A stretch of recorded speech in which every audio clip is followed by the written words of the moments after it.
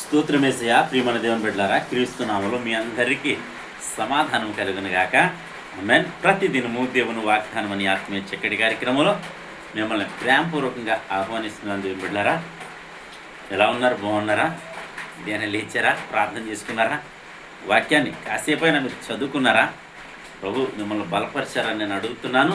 మరి ప్రతి ఒక్కరిని ఆయన బలపరుస్తాడు. ఎందుకంటే ఎప్పుడైతే మనం దేవుని సన్నిధిలో గడుపుతాం, ఆయన మనల్ని బలపరుస్తాడు, స్థిరపరుస్తాడు, విశ్వాసంలో ముందుకు నడిపిస్తాడు.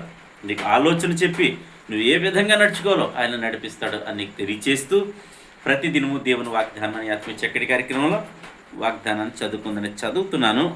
ఫిలిప్పీలకు రాసిన పత్రిక 4వ అధ్యాయం 4వ వచనం.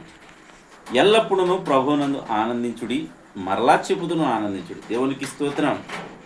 అలాగే మీ సహనమును సకల జనులకు తెలియచేయుడి. దేవునికి స్తోత్రం.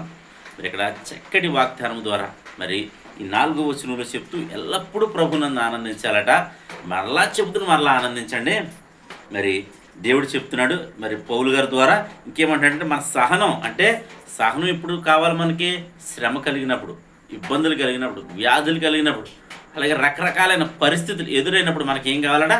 సహనం కావాలట. సహనం కలిగి ఉంటే మన ప్రభువునందు ఎల్లప్పుడూ ఆనందిస్తామని దేవుని వాగ్దానం సెలవిస్తుంది. కనుక ప్రతి ఒక్కరూ పరిస్థితి ఏదైనా సరే యేసునందు ఆనందించండి. ఎందుకంటే క్రీస్తులో ఆనందం ఉంది. ఆయన మనకు ఆనందాన్ని ఇచ్చాడు, నోటి నిండా నవ్వునిచ్చాడు, మన యొక్క శాపాన్ని, పాపాన్ని తీసివేశాడు. కనుక ప్రతి ఒక్కరూ ఈ విషయాన్ని గుర్తుపెట్టుకుని ప్రతి పరిస్థితి, ఏ పరిస్థితి ఎదురైనా సరే ఆనందించండి, సహనం కలిగి ఉండి మన సహనాన్నట అందరికీ తెలియచేయమని ఇక్కడ వాగ్దానం చేస్తున్నట్టు. కనుక ప్రతి ఒక్కరూ సకల జనులకు మన ఒక సహనాన్ని తెలియజేస్తున్నారు. కనుక ధైర్యం తెచ్చుకుని ప్రభువునందు ఆనందించండి అని మీకు తెలియజేస్తూ దేవుడి మాటలు దీవించనుగా. ఆమెను ప్రార్థన చేసుకుందాం. స్తోత్రము తండ్రి, వందనాలు యేసయ్య. ప్రతిదినము దేవుని వాగ్దానం అని ఆత్మీయ చక్కటి కార్యక్రమంలో తండ్రి మీరు ఇస్తున్న వాగ్దానం బట్టి స్తోత్రాలు నాయన. సహనం కలిగి జీవించమన్నావు, సహనం సకల జనులకు తెలియచేయమన్నావు, ఎల్లప్పుడూ నీ అందు ఆనందించమన్నావు ప్రభా. అట్టి కృప నేను ఈ వీడియో చూస్తున్న ప్రతి ఒక్కరికి, ప్రార్థనలు చూస్తున్న ప్రతి ఒక్కరికి మీరు అనుగ్రహించమని ప్రార్థిస్తున్నాను. మా పాపాలన్నీ కూడా క్షమించమని నాయన. లోకంలో మేము జీవిస్తున్నాము, మమ్మల్ని క్షమించమని.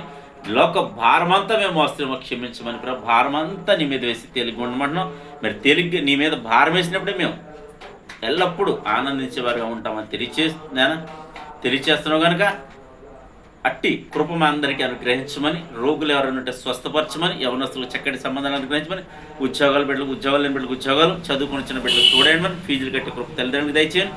మా గ్రామాన్ని, మా రాష్ట్రం, మా దేశాన్ని అందరినీ కూడా కాచి కాపాడు. నాయకులు, మంత్రులు, అధికారులని, ప్రధానులను మీరు జ్ఞాపకం చేసుకోమని ప్రార్థిస్తున్నాను.